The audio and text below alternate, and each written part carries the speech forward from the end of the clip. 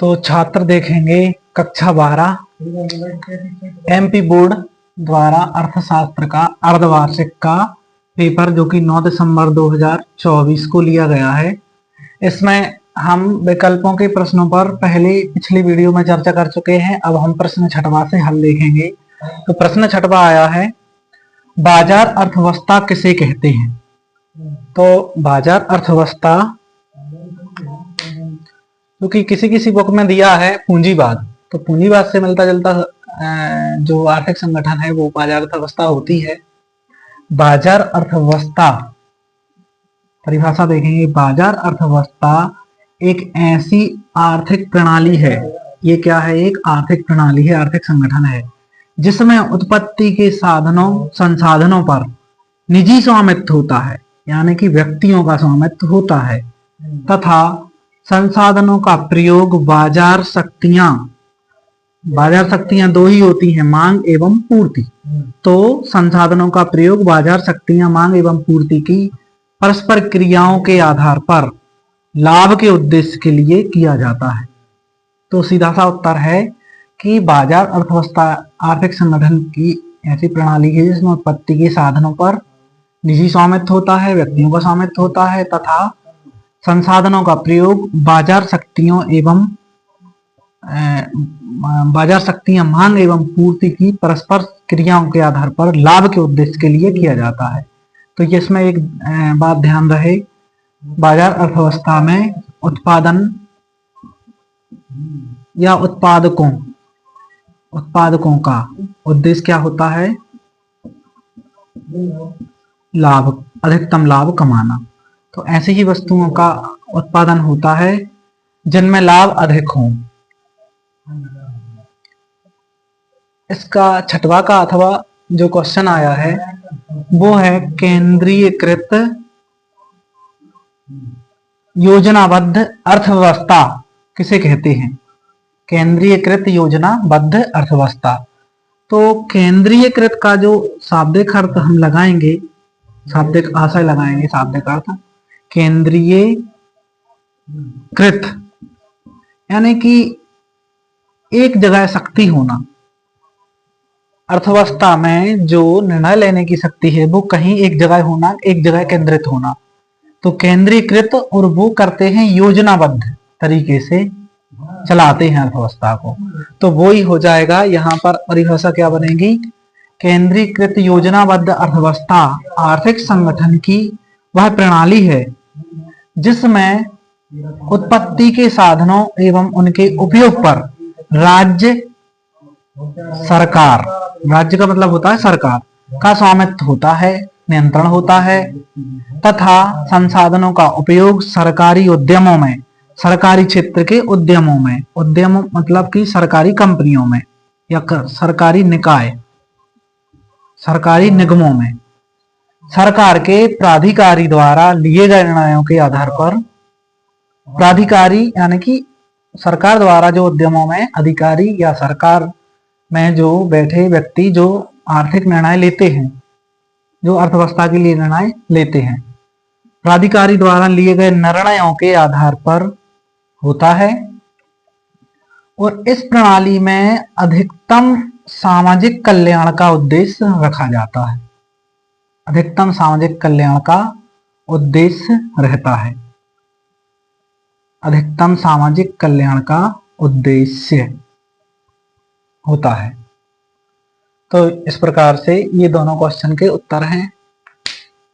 अब हम आगे अन्य प्रश्नों पर चर्चा करने वाले हैं जो कि आपके लिए वार्षिक के लिए महत्वपूर्ण है।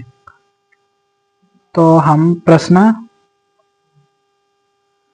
19वां से ले रहे हैं, बीच के प्रश्नों को अभी छोड़ रहे हैं। बीच के प्रश्नों को कोशिश करेंगे कि अगली वीडियो में उत्तर सहित हल कर पाए। तो अभी हम अगले क्वेश्चन पर चर्चा कर रहे हैं 19वां पे।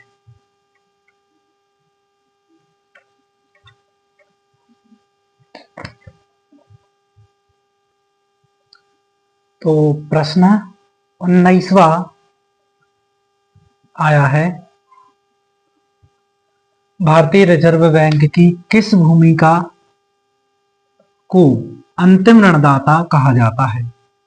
तो प्रश्न इस प्रकार है कि भारतीय रिजर्व बैंक की कौन सी भूमिका है या कौन सा कार्य है जिसके कारण इसको अंतिम ऋणदाता कहा जाता है। तो एक बार समझ लेंगे। आरबीआई यानी भारतीय reserve bank, reserve bank of India, भारतीय रिजर्व बैंक, ये हमारे देश की अर्थव्यवस्था का केंद्रीय बैंक है। केंद्रीय बैंक प्रत्येक देश की अर्थव्यवस्था में या प्रत्येक देश में एक केंद्रीय बैंक होता है और हमारे देश के केंद्रीय बैंक का नाम है आरबीआई, भारतीय रिजर्व बैंक। इसका मुख्यालय मुंबई में है। तो केंद्रीय बैंक या रिजर्व बैंक के कार्य क्या होते हैं? सबसे पहले तो वो सरकार का बैंक होता है और बैंकों का बैंक होता है और कागजी मुद्रा का निर्गमन, साख मुद्रा का नियमन या नियंत्रण करना केंद्रीय बैंक का कार्य होता है और हमारे यहाँ भारतीय रिजर्व बैंक का कार्य है।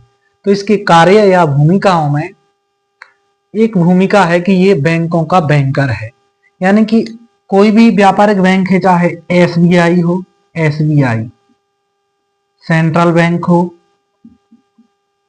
या बैंक ऑफ बड़ौदा हो, जितनी भी व्यापारिक बैंकें होती हैं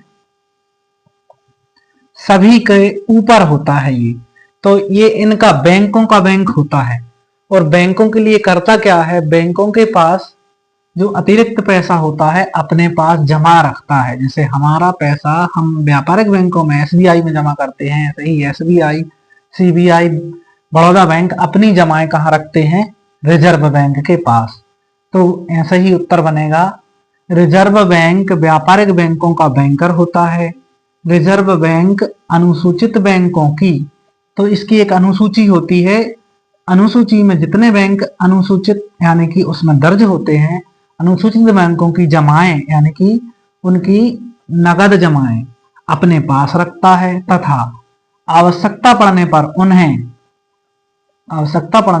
उन्हें ऋण प्रदान भी करता है। तथा रिजर्व बैंक अपने अनुसूचित बैंकों को विनिमय बिल यानी कि अनुसूचित बैंकों के विनिमय बिल का मतलब होता है जैसे उधार मनी चाहिए, उधार पैसे चाहिए अल्पकाल के लिए, थोड़े समय के लिए, तो व्यापारिक बैंक एक दूसरे पर बिल लिख देते हैं या किसी व्यापारी पर बिल लिख देते हैं, यानी कि उधार के लिए चिट्ठी। तो ये अनुसूचित बैंक या व्यापारिक बैंक अपने उस चिट्ठी या उन बिलों को बट्टे पर रिजर्व बैंक से, आरबीआई से नगद करा सकते हैं, यानी कि उनकी मनी उधार ले सकते हैं कुछ समय के लिए। जब उन बिलों की अवधि पूरी हो जाएगी तो वो पैसा आरबीआई के पास जमा हो जाएगा। तो ऐसे ही विनिमय बिलों पर वित्त की आपूर्ति करता है, यानी कि आरबीआई अनुसूचित बैंकों के विनिमय बिलों पर वित्त की आपूर्ति करता है। इस प्रकार यह बैंकों का बैंकर है, बैंकों का बैंकर है या बैंकों का बैंक है। तो जैसे हमारे जितने कार्य बैंक करता है, व्यापारिक बैंक करता है, ऐसे ही व्यापारिक बैंकों के कार्य रिजर्व बैंक करता है, देश का केंद्रीय बैंक करता है, इसलिए वह बैंकों का बैंक होता है और इसी भूमिका के कारण इसे अंतिम ऋणदाता कहा जाता है। तो इस प्रकार ये उत्तर है, नोट कर सकते हैं।